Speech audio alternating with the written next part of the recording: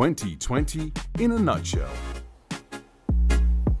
Boy, what a challenging year this was. We had tons of challenges, but have we made the best of the opportunities that this year has created? Well, I'd like to really thank the fine panelists we have today on our panel. It's an amazing lineup. We have Morten Ronde, who's the managing partner of Nordic Gambling. We have Maarten Haijer, who's the Secretary General of the EGBA. And we also have Yanica Sant, who's the Head of International Affairs and Policy of the Malta Gaming Authority. My name is Joe Borg. I'm a partner at WH Partners. I'd like to start with a few questions for all of you guys. So everyone talks of COVID and its effects it had on the industry in terms of operational matters and also in terms of business. But something that we have noticed this year is a big shift in gaming companies to a work from home situation. How did you see this, and how are you looking at this for the future post-COVID? Hopefully we'll have a post-COVID as soon as possible. I'm happy to start. I think that it is. I guess for everyone it's the same experience. It's getting to know a different way of working. But I think it will have a lasting effect. Working from home, I think there will be more flexibility. At the same time, we realize how important it is to have your colleagues around you, the social effects of being together, being able to share information. And for associations like us, and I guess also for Morten, we do lobbying, and nothing really beats meeting people in person. I think that's the biggest lesson. Nothing new, but to experience it like we have now, I think that's a real strong lesson. I think nothing really beats meeting people in person. Morten, your thoughts? Yeah, it's been the most struggling year, and I think I work on the advisor side, and I work on as Maarten on online, on lobbying, and lobbying is virtually impossible these days. So my role is to engage with stakeholders, so MPs and other stakeholders in the industry, and I cannot get any FaceTime with them. So just getting that first meeting is impossible. On the client side is a bit easier because you can actually engage with clients in the same way as you did before, even though all of your clients are actually sat at home. So it creates a completely different dynamic than before. Sure. Yanica, as a regulator, how have you experienced this? It's not lobbying that I do, but it is a lot of international cooperation with fellow regulators and speaking to a lot of representatives overseas. And unfortunately, I haven't been overseas in a while now. So it's been naturally very, very challenging. I personally also miss it too, but I can also see its effects. I mean, the problem is that when you are not in a position to meet and discuss your issues and matters of cooperation with your colleagues abroad, it tends to also have an effect on the regulation itself, I would say. I think this highlighted the scope for improved cooperation among regulators too. Okay. So an opportunity created also by COVID is the shift to a bigger shift than we saw earlier in the past years from land-based to online. How are you seeing this, and will this be an effect that will be felt in the future? So is there no return to the land-based industry? Or are you seeing it as a temporary thing and people will actually go more to the land-based industry after because they will appreciate the difference between online and land-based? I'm happy to chip in here. I think there is a natural tendency for people to go more online. I think we see the growth in online for many years already. And I think that will continue. And there has been maybe an increase in the growth because of COVID. However, as you said, I think there are also lots of people that like to go to physical establishments, and they will go back. But the trend towards more online as a part of the whole, I think, will continue irrespective of COVID. Yanica? Okay, so I don't think that there will be a complete shift from land-based to online immediately. I think that in the beginning, perhaps people will begin to appreciate land-based more after post-COVID, but perhaps what I think we will see is an integration of remote in the land-based outlets, because I think that people are enjoying the digital experience, but I don't envisage an entire shift. Maarten? Yeah, so the Danish Gambling Authority came out with a study or a survey the other day, which showed the divide between online spend and land-based spend in different European countries. And maybe not surprisingly, the Nordics are in top regarding online spend. So half of the money now spent is on online. So the trend has already started, but this will accelerate that trend, because I don't think all of those people who were playing at the maybe the sort of like the physical slot machines, I don't think necessarily they're coming back. I imagine that some of them have switched to online now. So too bad for the offline industry, but I don't think they will return in full. Fair enough. So this year we also saw a period of time, quite a big period of time, and quite crucial also period of time, where we've seen a lot of sports events being postponed or cancelled. And there was a big chunk of time where we had no live sports events. And that has driven a bit more investment by online gaming operators in esports and virtual sports to cater for the lack of live sports activities. How do you see that? I see it as a big opportunity. I see esports as a very big opportunity to invest in right now. Do you think that this will stick, or will gaming operators go back to live sports and limit again the investments they are having in esports particularly, but also live sports, which proved to be actually quite a savior during the lockdown periods? I'd like to start with Morten. Yeah, so obviously the betting sector has been quite challenged, and it's a bit of a unfortunately it's been a bit of a lottery. Whereas in some countries, some products, some verticals are allowed, whereas others are not. So like in my country, Denmark, betting on virtual sports is not allowed, whereas it is in Sweden. So there was really no substitute for the cancelled betting matches. When it comes to esports, that was already growing, and it will continue to grow. There's absolutely no doubt about that. I will say though that I guess that esports is also impaired by COVID-19, not maybe in the same way as actual football matches are, but to some extent.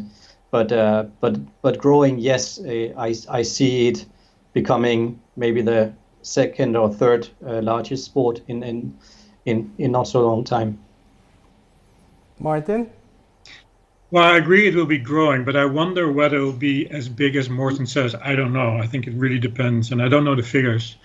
But if you can see now that the past elections, presidential elections between Biden and Trump, were the biggest single betting event ever, with over €1 billion of bets placed on one event, I think it can only be because of the excitement, the engagement, and the actual, real life society issues that are at stake. And I think that really difficult to copy in esports or sports in general. But big tournaments, elections will catch the attention of the bigger audience, and I think esports will have a more difficult position. It will be growing, but I don't think will be in the same magnitude as live sports and live betting.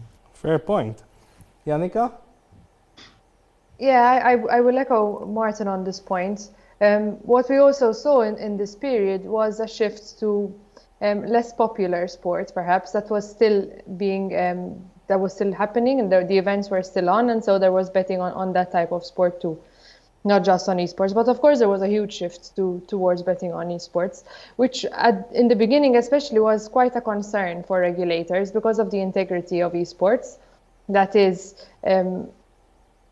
not as good as the integrity of of the traditional sports that we know. So that was concerning for us, because whenever there is match fixing of any event, even an esports event, the whole system is at risk, not only the integrity of the sport itself, but of course the players and the operator. Very good point, Yanica. In fact, I always say that the biggest, or at least one of the biggest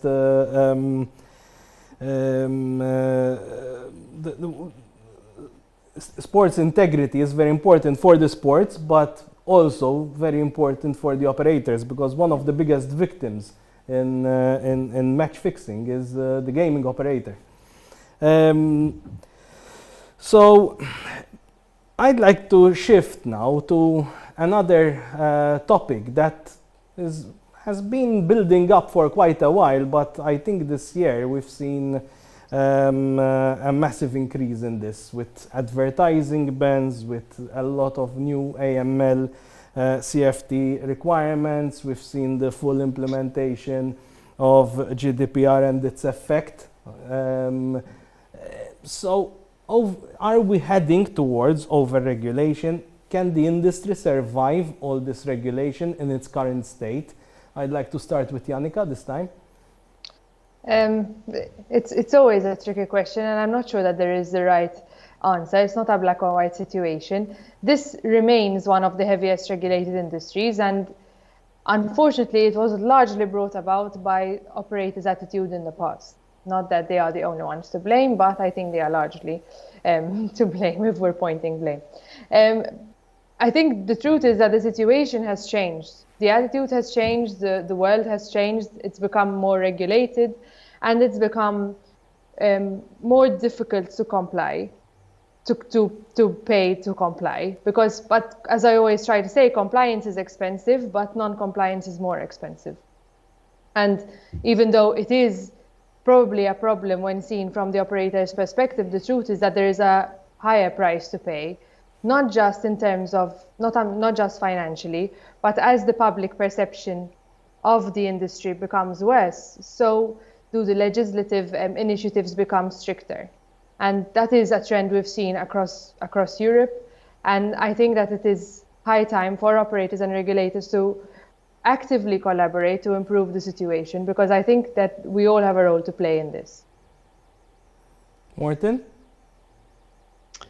Yeah, so COVID-19 has been difficult in many ways, and we know that most operators have the staff sitting at home, and the same with regulators. And no offense, Yanica, to you or your colleagues, but it seems that even though the regulators have not been able to carry out their duties, it's been expected that the operators should. So they should be compliant with all the same things as they were before COVID-19, and that was difficult.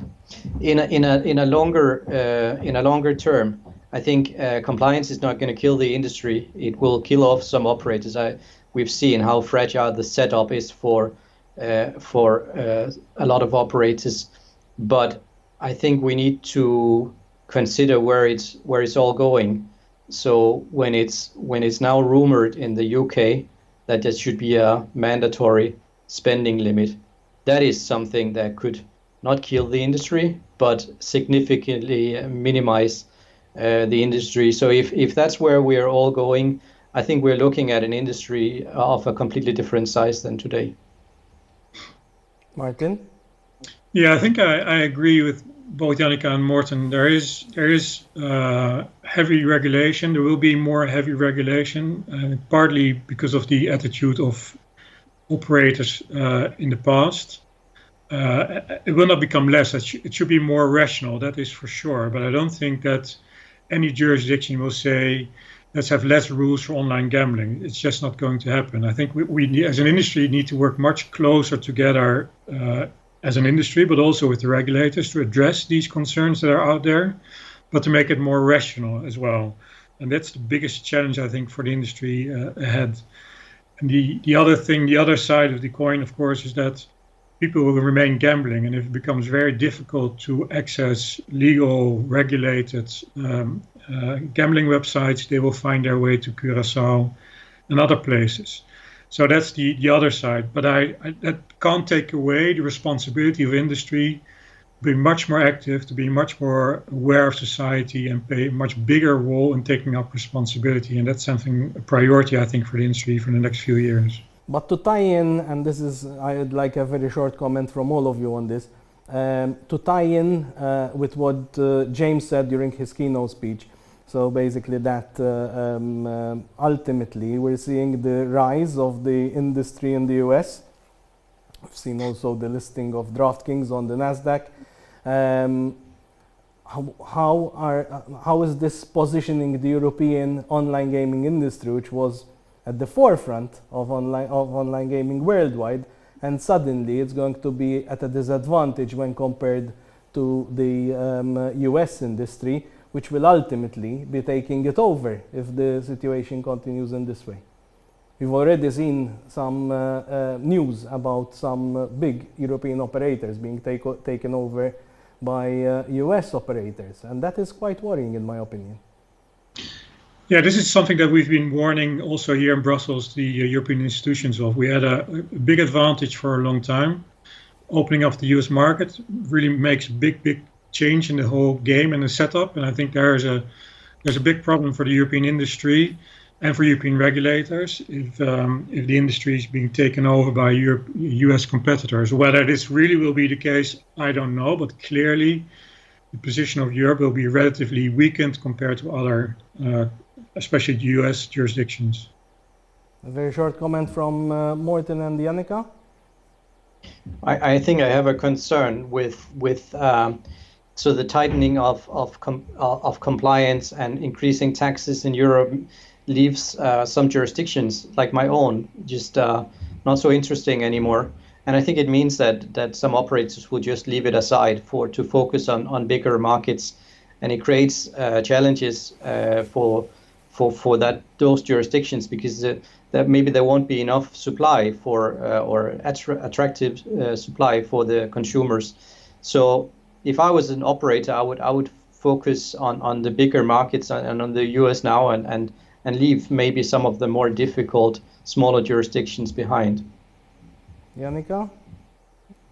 Both reactions are very understandable, I think, and I believe that it is high time that the legislators across Europe realize that it is their duty to make sure that this industry is sustainable, and the activities of the industry which should also be sustainable. And in that line, we require operators to make it easier by them being more proactive in their regulatory approaches.